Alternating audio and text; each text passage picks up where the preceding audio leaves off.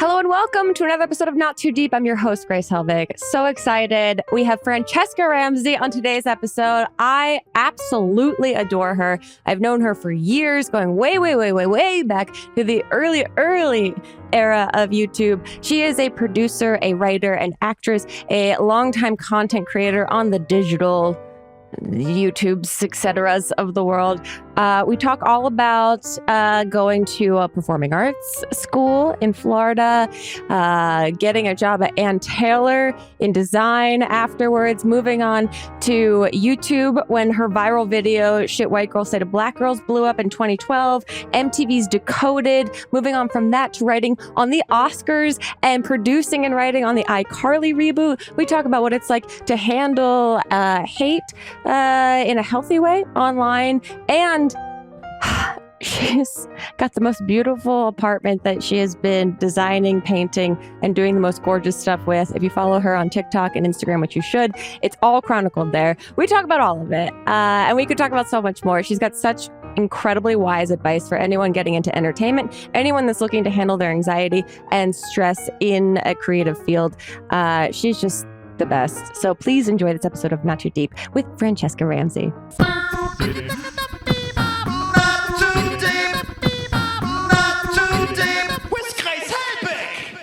Okay, Franchesca, I am so excited to talk to you. I am just so inspired constantly by everything that you are doing that I might not even know that you're doing. But I like to start off, and I know this puts people on the spot a little bit, with the question of, just for someone like you that is truly like an artist all around, how do you describe what you do to someone that may have never met you or been introduced to any of the work that you've done? Yeah, I prefer a very straightforward approach. I just usually say I'm a TV writer, and sometimes I'm an actress, and sometimes I'm a producer. It does depend on the audience, I guess, right? Yeah. I don't say, I'm not like, oh, I also paint my apartment on Instagram. Like, I don't say any of that other stuff. I just go like, oh. I was going to say you should add interior designer and graphic designer to all of it, because I'm obsessed with all of it. But thanks. Yeah. We're going to get to that. I want to kind of start back at the beginning, on how you ended up where you've ended up. I know in doing a bunch of research and also knowing you that you attended a performing arts high school. Yes. Which I'm fat. What if you could give me like a log line of what that is like? Yeah. I mean, so if curious. You've seen the movie Fame, it is a lot like that. It's a lot of people singing and dancing in the hallways. Truly. Okay. I don't know how I or anyone put up with me at that time. I was a textbook theater kid. But yeah, it was pretty fantastic. I went there for middle and high school. Okay. And it was very competitive. You had to audition in order to get in, and you had to audition every quarter to stay in. Wow. And you had to keep your grades up. And it was pretty artsy fartsy, but it really, I think it completely shaped who I am today. So I am so glad I went there. It also, I mean, just the idea that you have to re-audition to be part of it. Yeah, feels they were like, serious. It feels like prep for Hollywood, for entertainment. I mean, on the smallest level, in hindsight, we would get so worked up about shows and auditions and stuff. And now, like, actually working in this industry, I'm like, most of us were not prepared to cut it. If you are in a group of like 50 kids and you're upset you didn't get cast, like, I got news for you. Like, you're going to get into this business and be very depressed. It's only going to get worse. Get ready. Yeah. But from there, you studied graphic design. And you started working, well, also at that time, you started your own website. Like, this is in the 90s. Yeah. So I actually had a website in middle school. I went to computer camp one summer. Yeah. And one of the girls, there was a bunch of boys and myself and one other girl. There was maybe like 15 of us. Okay. And she had a website. And I just thought, like, this is the coolest thing ever. And I really wanted to learn. So I like downloaded all the source code from her website and just kind of was like copying and pasting, like, what does this line do? What does this line do? And learned HTML that way. And so, yeah, I had a website all through middle, high school, and college. Wow. Initially went to school for acting and then left and studied graphic design. Worked for a bunch of places, like mostly fashion, and was making YouTube videos at the same time. Yeah. Well, yeah, because I mean, the way it reads online of your bio is that you were working for a company like Ann Taylor, which seems very insane. I don't even know exactly what Ann Taylor does, but listen, lots of really nice dress pants. You know, if you are a young, stylish professional, if you need a statement necklace, if you need, they also, I know that you're tall as well, so it's hard for us to find pants. They make long pants, they make petites. They're very size inclusive. I don't still work there, but I stand Ann Taylor. I loved my time. I feel like I found New York and Company at the same time, which was same. It was like same vibe. A very young person thinking that they were like a 45-year-old, like head of a publishing company kind of aesthetic. Yes, you always look like you're running late to a meeting or something. Yes. But so you're working in this graphic design kind of environment, but you're also making YouTube videos, and then you have Shit White Girls Say to Black Girls that goes kind of viral in 2012. And is that the catalyst for you to kind of pivot? Yeah. I mean, I wanted to act, but it just wasn't happening for me. And especially because I had such long hours working at Ann Taylor, I couldn't go on auditions. And I was doing a little bit of stand-up, but again, my nights were late and I lived all the way out in Queens. So it was just hard. And there was no Uber at that time. Yeah. So it was really hard for me to pursue that. So YouTube was kind of my creative performance outlet. And then when Shit White Girls Say went viral, I got all these inquiries from agents. And I decided, like, if I'm going to go for it, I might as well just go for it. So I quit my job. And then what happens after that? I went on a lot of auditions for things that I didn't book. Yep. I went on a lot of auditions. I pitched a television show that did not end up getting sold, but one of the places I pitched to was MTV. And we decided to like redevelop the series, which then became MTV Decoded, which I did for 5 years, maybe 6. And that led me to a job on The Nightly Show. And so that really opened like a lot of doors for me as a writer performer. And for people that don't know what Decoded is, because I do feel like it's not ahead of its time, but it was, I feel like it got kind of buried under a lot of other content at the time and is so like, it's just timeless now. Thank you. How for people that don't know, how do you describe it? Sure. MTV Decoded was a web series that explored the intersection of race and pop culture through vlogs and sketches. And we eventually expanded to not just talk about race, but to talk about identity of all kinds, like LGBTQ issues and gender and sexuality. So yeah, we talked about ability and mental health. So yeah, it was pretty cool. I'm flattered to hear you say that it was ahead of its time, because now I feel like social justice, rightfully so, is such a big topic on the internet. And when I was doing it, people were like, "Shut up, die." Well, that I know, and I feel like, and this is what I'm curious to talk to you about, is that you're doing this stuff that is so, not progressive, but just like, necessary and real. And it's before people wanted to have these kind of conversations or to hear anything. And so you're seen in a certain or put in a certain category. Yeah. And I saw you over the last couple of years, like reposting old episodes of Decoded, and my dumbass was like, is this a new thing that she just made? And then I'm realizing, oh no, this is from fucking 5 years ago. It's wild. Yeah. I mean, it's one of those things where that was a conscientious choice that we made on the show to do evergreen topics and to not talk about like the news of the day.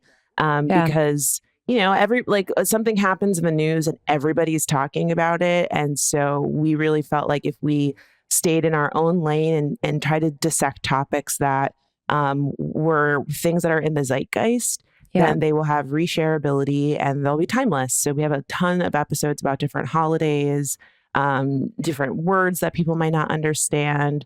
And every single day something happens where I think, oh, we have a Decoded episode about that. So yeah, I mean, I'm so glad that I did it. I did feel at the time, and that's been a big part of my most recent career pivot, that I kind of got boxed in and that people didn't know that I was a comedian, didn't know that I was an actress, didn't know that I was a writer. People thought I just got hired for that job and I actually created the show. Sure. So I'm so glad that I did it, but I don't want to do educational content for the rest of my life. So that was one chapter, and I'm glad to have moved on to the next thing. That's what I kind of, in looking at the way you evolve as a human and a creative, like, I think is so cool, is that you really do embrace and accept and acknowledge and move through these chapters of your world. And I think it's so easy for creatives to get stuck in one thing that they do. And you seem to have figured out whatever the code is. You've decoded literally how to get, how to grow, how to evolve, how to move on. I appreciate you saying that, but I think everybody has their own challenges, especially when you get comfortable. And I 1000%.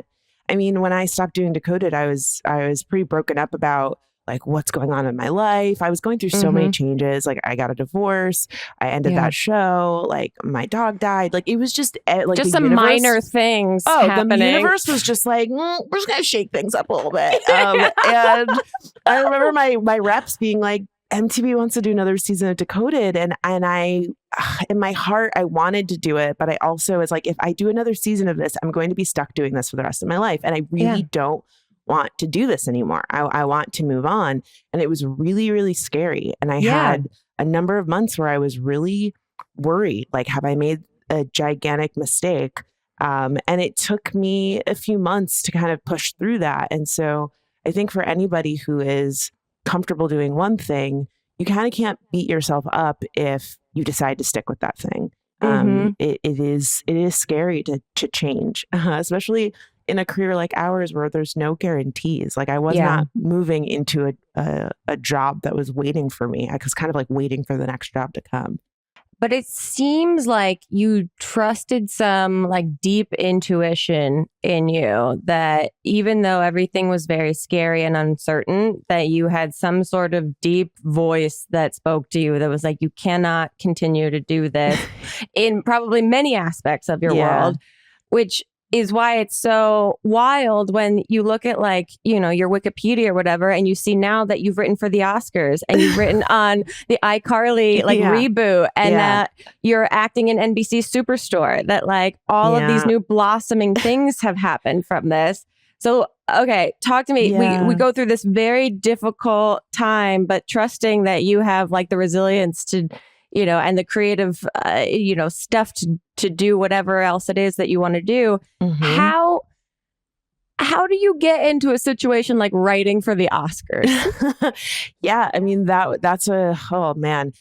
I'm just going to add a caveat that the explanation of the story sounds so like I'm hearing myself say it and I realize it sounds ridiculous, but I wrote for Black Girls Rock on BET, which was hosted by Tracee Ellis Ross. And I got that job because Tracee Ellis Ross watched my YouTube channel and like reached out to me, and we became friends. And then she asked if I would write for her. And the choreographer for her opening number at the BET Awards was also Janelle Monáe's choreographer. And so Janelle Monáe was going to be opening the Oscars, and they had a writing team, and there were no Black people on the writing team. And so Janelle Monáe was like, this is ridiculous. Like, we need some Black people on this team. And Jamel, who is her choreographer, was like, I know someone. And so he DM'd me and was like, hey, I'm working on this project. I can't really put in writing what it is, but I would love for you to work on it. And I was at the airport in Puerto Rico my plane had been delayed for I don't even know how many hours. And I was like, yeah, do you want to talk now? And so we got on the phone. And he's like, I'm working for Janelle Monáe with the Oscars. And I was just like, yes. He didn't even finish. I was just like, yes, Yep. absolutely. And he was like, do you know if you can do the date? I was like, I don't know if I can do the dates, but I'll do it. Like, I'll just do it. Yeah. I was like, I'm flying back to New York. This is pre-COVID, but I was like, we can get on Zoom. I used Zoom all the time. Mm-hmm. They sent me over the song, and basically they were doing an adaptation of one of her songs, but to talk about all of the nominees. And I did a lot of parodies on YouTube. Yep. So I was like, yeah, this is totally up my alley. And it was a lot of Zoom. It was a lot of like me sending voice notes of like me singing the lyrics and being like, you could do it like this, or you could do it like this. It was really, it's still very surreal.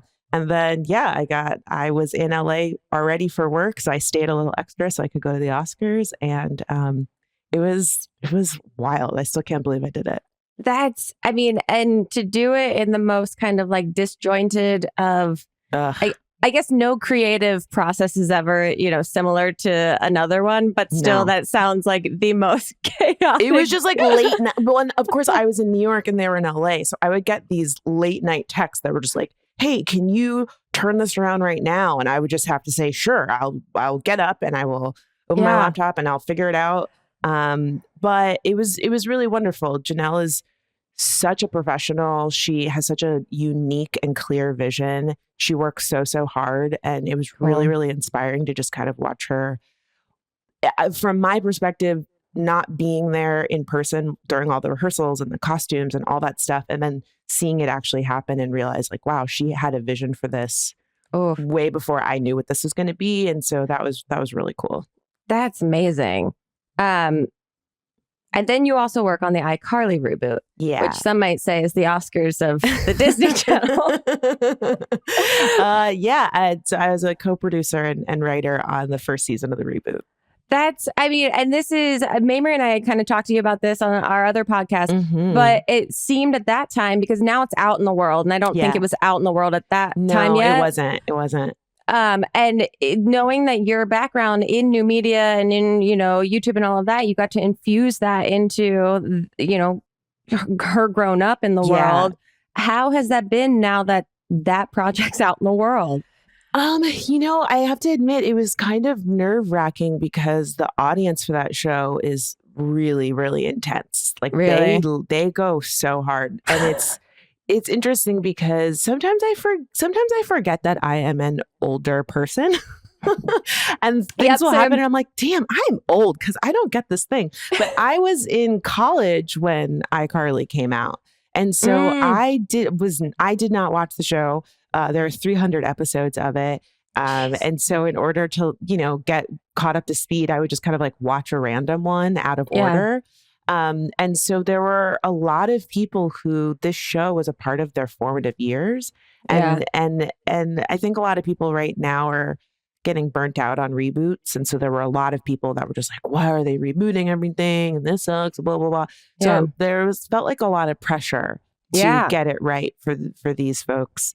That said, I think we did a really good job of staying true to the original, but also aging up and kind of bringing in some new characters and some more adult themes that the original series could never tackle. Sure. And I'm really, really proud of it. And I think the response overall was so positive. I mean, it's the biggest show on Paramount Plus in their history, which is pretty amazing. Not a very simple sentence. Yeah, it's a really big deal. We got renewed for a second season, and I think that people are. I'm not working on the second season because I have some other projects that I really wanted to focus on, but I'm still friends with the showrunner, and one of my best girlfriends is a writer on the show, and I'm still very close with Lacey. And I have heard so much exciting things about the next season, and I think people are going to be really impressed.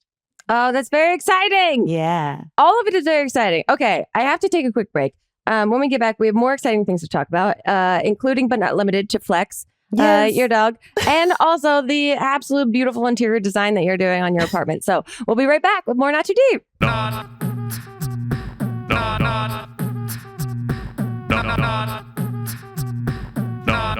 too Deep with Grace Helbig. Hello, listeners. Grace Helbig here, wanting to say two things. A big thank you for listening to the podcast. If you're a regular listener, if this is your first time listening, welcome and thank you. And second thing, if you are enjoying yourself here in this not too deep world we've built and you'd like to leave us a review, that would be so wonderful. If you can go to the iTunes store, the App Store, and leave us a lovely little review, comment. How are you feeling? Good, bad, otherwise? Maybe just good or otherwise would be appreciated. Other than that, enjoy the podcast. All right, we're back in Franchesca. I gotta know about the relationship with Flex. This is your sweet, sweet pup. My man. Yeah, Flex and I, we've had a journey. I got him during the pandemic. He is a pandemic pup. And at first he was very mean. And I feel like you'll empathize. Yeah, Goose still very mean. You've had challenges with Goose. And we've really worked through them, which I'm so thankful for. At first I was like, oh no, did I make a mistake?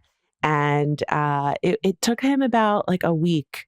And then he really started to warm up. And he still has a ways to go, I think, because I got him during the pandemic. Like, he gets really turned up if I have guests, like, because I never have guests. To be honest, I'm that really way wonderful. now, too. If people come over to my house, I go from 0 to 60 very quickly. So, yeah, same. So, yeah, he's doing really great. He's super funny. He has so much personality. I've always had dogs, but he is very strange. He's kind of like a too cool teenager.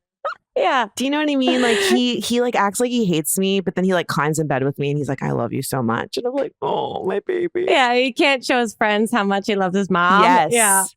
Yes, absolutely. But you've also, not only have you gotten a pandemic pup, but you also made the big shift from New York to Los Angeles. I did. Which is crazy because I guess I assume that you've already like lived out here, but I guess you've just been visiting back and forth between New York. I was here a lot for work. In 2019, I was here 6 months out of the year. And then even in 2020, I was here 6 months out of the year. And that was a big part of what like pushed me to just like pull the, rip the Band-Aid and just do it. Plus the pandemic, like the quality of life here, if I'm going to be locked down all day, is just a lot better for me. Very true. I also feel like you're the kind of person in knowing that you show off your habit tracker and you're very just conscientious of the decisions that you make. And it's very inspiring as someone that, shoots from the hip constantly, but desires to be someone that is much more thoughtful and present. It's a double-edged sword. I overthink everything. I love a plan. I love a checklist. Right. But so talk, because you've shown and kind of given like to the habit tracker, which I don't know if people are familiar with that. Yeah, I've been doing this habit tracker thing for about 3 years, where every month I make a little grid that has the numbers for every day of the month into little sections with different habits. And then I color them in with the corresponding day of the month if I complete that habit. So most recently, I've been sticking with the same things because it's been working for me. Sure. 10,000 steps a day, working out, writing, auditions, and then meal prep. I'm really trying to cook more. So that's been my newest habit that I've incorporated into my tracker. But I think that's great because I wonder if people sometimes kind of like misconnect the idea of hobby versus habit. Like, I'm going to get into cooking when really it's like, I want to prep meals more consistently for myself. And being able to like look at it that way might be a little bit more effective for people. Yeah, I mean, I think especially amidst the pandemic, for me, it is a lot about like how my brain works, and I struggle with anxiety. And so, especially because I'm in a field where so much is out of my control, being able to say like, these are things I'm going to accomplish, big or small, really helps me. And then I'm able to look back on it at the end of the month. And even though I've had days where I'm like, oh, today was a wash, I can look and say, but I've actually had a really good month. I've done a lot. And so that's why if it's something as small as reading, there was a time that I had reading on my habit tracker and I did not read a lot. So I took it off. But like, you can put whatever you want on it. Know your boundaries. Don't set yourself up for failure. I know. I'm with you that it's like all these things that I have a knitting thing that I've been staring at for a year and a half going, I'm just hurting myself by keeping that near me. I'm not encouraging myself at all. Yeah. But also it feels like with all that, you've really made your apartment like a home for yourself. Your TikTok especially and your Instagram has been, it's so beautiful and like joyous to watch you work. I for anyone that doesn't follow you, they need to, because it's just like this comforting hypnotism of watching you paint walls, design out like projects, and then like do them to fruition. No, thank you. Yeah, it's been really, really fun. I've always been really crafty. I mean, I went to school for graphic design, but I was always painting and drawing and crocheting, and I just love making things with my hands. And I think especially because I'm doing so much work as a writer, where so much of the creative process is by committee. Like whether you're in a writer's room with 14 people or you've got, I'm working on a project where we've got 10 producers. Wow. I love them. They're wonderful, but 10 people are weighing in on everything. And it can be demoralizing at times because you get excited about something and then that thing just, changes. And by the end, it's something totally different. And so for me, painting my apartment has been, and even journaling and habit tracking and all the other stuff has been a way for me to be creative, where I don't have any deadlines. I don't have notes. And it's not about anyone else. And if I don't complete it or I'm not happy, like there's really no consequence. I can just paint over or, try again. Yeah. And it's a total, I imagine it's a different side of your brain that truly it's, a committee of one. It's just you decide, you have the initial idea, you have the follow through, and then you get to be the studio exec going, that looks great. Yeah. I'm like straight to series. Okay, Franchesca, I have to get into now the two questions I ask every single guest that is on the podcast with us. And the first is, who, alive or dead, would you most like to throw cold spaghetti at? Ooh. And we caveat this with the idea that this is an answer that changes hourly, minute by minute, daily, whatever it is. And it doesn't have to be negative inherently. It can be, but it can also be celebratory. It's whatever you want. It could be someone that's into getting cold spaghetti. Like that could be their kink. Totally. Yeah. And I never want to kink shame. I can't think of anyone that would be into it, but someone that I don't like. You know what? I'm going to say Christopher Columbus, because I think 365 days a year, we can say like F Columbus. Yep. So I'll throw cold spaghetti on him. I would love that. I would love that. I'd love for that to be in the history books. Yes. Okay, the other question I ask every single guest is to tell us your worst pants shitting story or like a bathroom emergency situation, but you can only use 3 words or small phrases to describe the event. So for example, mine is college jogging front lawn. Okay. Mine is leggings. Really, really good leggings. Oh, that just tells you how bad that is. Really good leggings. Oh my God. Ordering takeout. Yep. And winter. Oh. Yeah, winter's coming. That's all you need to know. I know. I feel like anyone that's lived in New York City for an extended period of time automatically has some kind of story of a bathroom emergency. Yeah, you try a new place and you never go back. Okay, now we have a section of the podcast that we've introduced this season called Deep and Hot, where I'm going to ask you a deep question that we have prepared for you and ask you for a hot take on kind of like a question subject that we have prepared for you. Okay. So here's your deep question. You can get as deep or as not deep as you want to. Okay. Do you think that we are too obsessed with labeling ourselves, or is it important in knowing who we really are? Ooh, I don't think we're too obsessed. I think it's really cool that we're in a time that there are so many different ways to talk about identity that more people feel represented. Yeah. I think that all these different identities have always existed. We just didn't always have names for them. Yeah. And I also think that especially when it comes to finding community, it's really amazing that there are so many different communities that you can find yourself to be a part of, especially right now in a pandemic when people are very lonely. Yeah. So I'm all for labeling yourself. Yeah. I mean, community and communication. I feel like it facilitates an ability to like talk about yourself to other people that understand that level of communication in some capacity. Yeah, 100%. I love that. Okay. Now I'm going to ask for a hot take. And this is kind of in general to addressing hate online that you might get. It's kind of like a two-part thing. Do you think that there is a necessary time, place, or an emotional state of well-being to be considered when you decide to address hate? And or do you think ignoring hate that you get is helpful or hurtful overall? Okay, here's a hot take. Yeah. I don't think because I feel like you handle this so well. I know you handle this so well, and I'm always so like, oh, she just has this effortlessness, and I'm sure behind the scenes it's different than what I perceive it to be. But yeah, I'm curious your thoughts on it.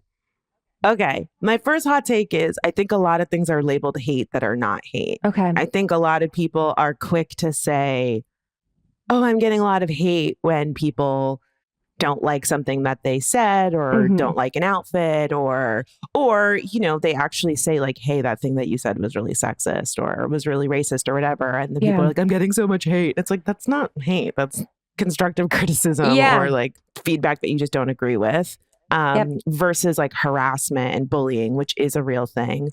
As for, is there a time and place to handle it? I think that's a little harder because it's one of those things where on the outside looking in, even as someone that has dealt with it, it's really easy to give people advice on how they should deal with something that I'm not at the time dealing with. Yeah. And so I really try to take a step back so I don't have a knee-jerk reaction and say something that I maybe can't take back, even if it's justified in, you know, my anger or clapping back. I try to give myself a moment to process. And then kind of weigh the pros and cons for myself. Like, what is the reason that I'm answering this? Is it purely cathartic? Is there something that my audience can learn from? Am I drawing attention to an issue that maybe the platform's not handling appropriately? Yeah. Or do I have a really funny joke? And like, that's the reason that I'm responding to this. Or is this a time that I'm going to flex? Like, because sometimes you need that too, you know, when someone says something shitty and you're like, actually, I just sold a pilot. Like, and I need to say that today because it's going to make me feel better. So I think everybody has to figure out the way best to handle it. But I will say, calling myself out, I think you can focus on it too much. And there were times in my life where I did focus on it too much and it was a distraction. And people are going to think and say whatever they're going to say, and you can't control that. And so if your goal is to just continue making the best stuff possible, the things that make you happy, I think you should go for that and not preemptively cut yourself off because of what someone might say or might think. But you know, haters gonna hate, whatever. There's not much you could do about it. And most of them are fans. Like, they rarely want attention in some capacity. But I think that is it speaks to the overarching thing. I think of like zooming out, kind of like what you're saying on like, it's so easy to fixate very like close up on someone's thing that triggers you in some way. And when you zoom out onto like, what is the actual dialogue I want to have here? What is the benefit or the negative effects of this for me, the platform, this person? And how I can't take this back if I put this out there. So will I feel good about this tomorrow? Will I feel okay about this later? It's hard too, because we are often the most vocal about things that we don't like versus things that we do like. I always use the analogy of nobody goes on Yelp and is like, loved this place, the salad was great. No, you go on Yelp to say the service is bad and whatever, you're mad at the hostess or something, right? Yeah. And so when it happens to you, it's like you're blocking out all the positive things people are saying and you're focusing on this one negative person. You're kind of doing a disservice to your audience who loves you and wants that attention. And instead, you're giving the attention to the shitty person. So I try to balance it out of like, okay, if I'm going to respond or highlight a shitty comment, I'm going to respond to like 10 positive comments. Oh, that's so that nice. I'm not making, my whole feed, or I'm not letting this one negative thing consume me. I'm reminding myself how many people still enjoy me and enjoy my work. That's I think that's wonderful to remind yourself to do, of just the balance of all of it. Because when you become, and also too, I think, people can focus on hate without actually responding to it. So even behind the scenes, if you're not someone that is, clapping back or doing whatever, it's still worth your time to like do some introspection of, why am I focusing on this one comment versus everything else? And is there a way that I can like, untangle this for myself? Yeah.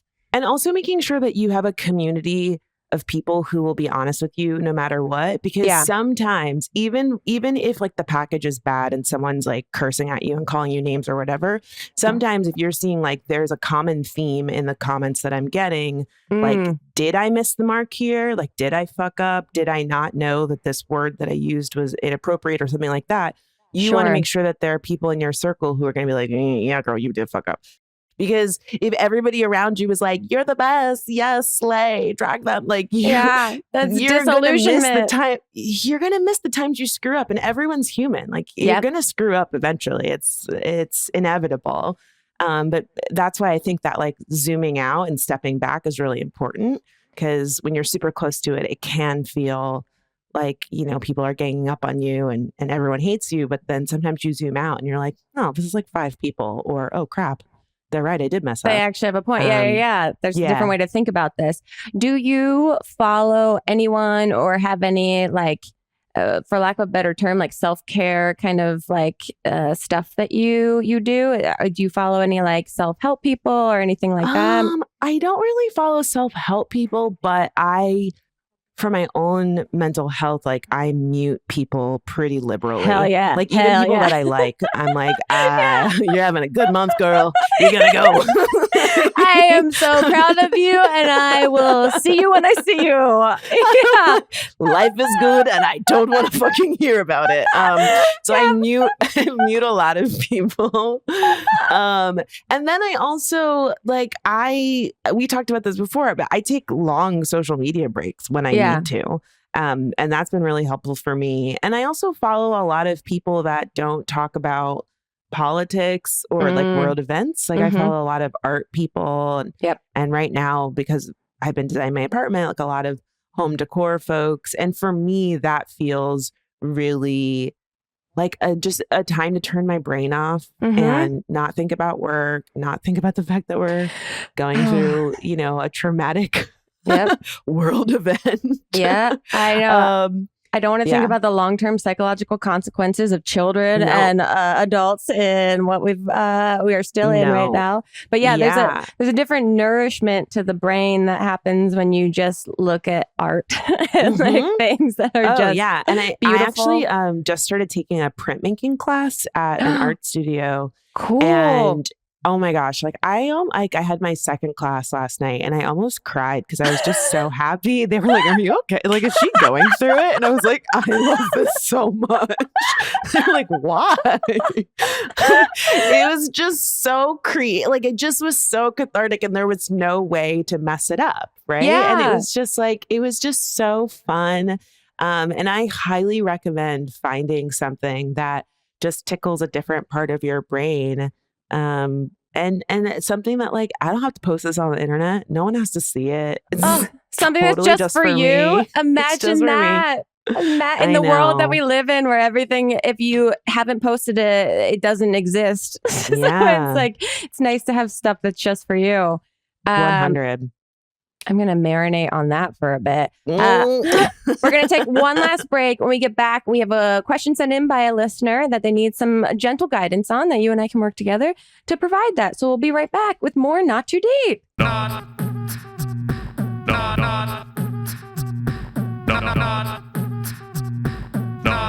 too deep. With Grace Helbig. Okay, Franchesca, we are into the last little bit of this podcast. And as always, I want to talk to you for 7 more hours and get every single thing that you're doing and write it down and get every Amazon shopping list that you can recommend me for all of the best hacks. Okay, so we kind of talked about this already. This is a question that someone's emailed in. I actually have 2 questions. This one we've talked about already. It's more general. This listener writes, I need motivation. Where do I get it, find it, and then manage to keep it when I get it? Yeah, I think can feel really overwhelming when you look at a project or a goal and you see like how big it is. I Yes, really you like just breaking posted things down. You posted a TikTok about this. And Yes. I wrote down goals you can control, which I thought was just like Yes. great phrase that, again, follow her TikTok, guys. Can you expand on this? Yeah. This has been really like life altering for me. You think about, okay, you want to win an Oscar someday, or, you want to have a mansion, or, be a best-selling author. Like, these are giant goals that are totally things that you should shoot for, but in the day-to-day, you cannot control. They might happen, they might not happen. There are a lot of talented, successful people that don't have the measures of success that everybody else decides that they should have. Mm-hmm. So instead, what I've tried to do is, instead of thinking, okay, here's a big thing that I have to wait for someone to give me this opportunity, I have to wait for the stars to align. What can I control right now? And so, I'd love to win an Oscar. I'd love to win an Emmy. I can't control that, but I can write 3 to 5 pages a day on the script that I'm working on. I could take a writing class. I can start a writing group with my friends.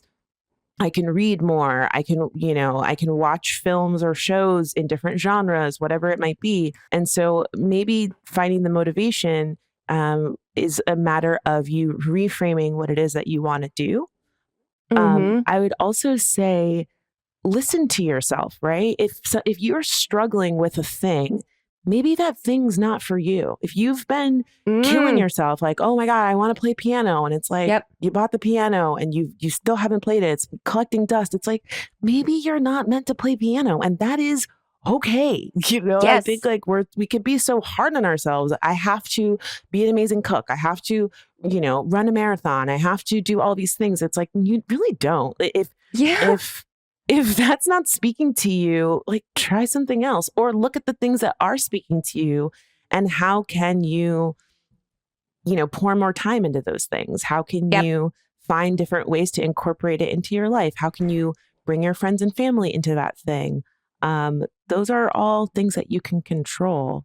I think that, like I said, has been really, really helpful for me. Huge to understand. And like I love that so much, because it is so easy to think big picture, because that's maybe all people recognize at first. And then, like, you can say, I'm going to drive to Florida from California. But that doesn't just happen by you getting in your car. You have to be in your car, see if it has gas, figure out where you're going to stop for the night. How long do you want to drive for? So there's all these steps that you have to consider before you get to like that big goal, whatever it is. Yeah. There's also, I think, such a major importance of like what you're saying, listening and like to the unconscious part of you that's speaking, whether if you buy a piano and it's collecting dust and you're not playing it. The most successful thing you can do is recognize that that's not something that you should do. Yes, you better hit up that Facebook Marketplace and sell that piano. Make some money off of this thing that's only going to torment you by thinking you should do that. Yes, and don't beat yourself up over it. Everybody can't do all of the things. And I think as just getting older, that has been a huge eye-opener for me of just being kinder to myself. Like, And that's where the habit tracker really came out of. It's like, if I only do one thing on this tracker today, like I did something. It's better than nothing. Yeah. I can't be, #productive all the time. And that's totally okay. Yeah, I do wonder if you feel this way. I feel like I don't know if we're still in it or whoever's still in it, that there was this era of like hustle culture of just like to get where you want to go. And I think it was also, a partnership with the advent of like internet and social media, like as jobs that you could work 24 hours a day if you want to. And a lot of people will say that they get success based on this, like, I'm a boss kind of like scenario. But now I feel like that's not sustainable in like a healthy mental health capacity. You could probably have a lot of great accolades on paper, but like, how do you feel about yourself? Yeah. I mean, 1000%. I was totally guilty of that. I went through a phase where I was like, no days off, and I work out all the time, and I wake up at 6 a.m. and I do all this stuff. And I mean, you're right. Okay, you can have all this great stuff on paper, but like then you're tired and you don't actually have any meaningful connections. And you look around and you realize like, oh, I have done all this stuff, but like the quality of time that I have on this earth is not fun. It's just filled with events and accolades and things I can post on Instagram. Yeah. So yeah, I do think we're in a time, I think, again, especially because of the pandemic, where people are really reassessing what's important to them, whether it be what job they're in or how far away they are from their family or their health. Or their career. I think that's a really powerful thing. And, at the end of the day, you can't take the awards with you when you die, right? Like, what can you take? You can take like the memories and the people that you love and care about. And so investing in that stuff, I think is super important versus making your entire existence and happiness about career and, I don't know, having a six pack or whatever. I still would like I would like a six pack, but I'm okay without it. I feel like you only get more gorgeous inside now every year, that there's no stopping you at this point. So get ready, world. Oh my God. I'm not even going to get to the other question. I'll save it for a different time, because I feel like you've already given so much like wise advice this whole episode, and we appreciate it so much. Before we wrap up completely, we like to give our guest a token of appreciation for their time spent with us. And that is a personalized horoscope from us to you. Melissa has put it in the chat for you. And if you would read it aloud, that would be wonderful. Okay. Dear Sagittarius, Archer of the Stars, the new moon is in Scorpio. It's the perfect time to spend a night in for some self-care. You're welcome to a spirit replenishing season of meditating, journaling, and dealing with the fact full on that with old age comes increased hotness. It's so weird, but you're somehow hotter than ever, which seemed impossible. Happy almost birthday. Oh, this was truly written for me. It was. It's in the stars. It's out there. This has been so lovely to talk to you. Oh, yeah. It's been so good. Can you hint at anything you are working on in the future? Or is that kind of all will reveal itself in due time? I'm just trying to finish these pilots on time. I get you. Yeah. In the meantime, where can people find you on TikTok, online, anywhere you want them to, if they don't already know?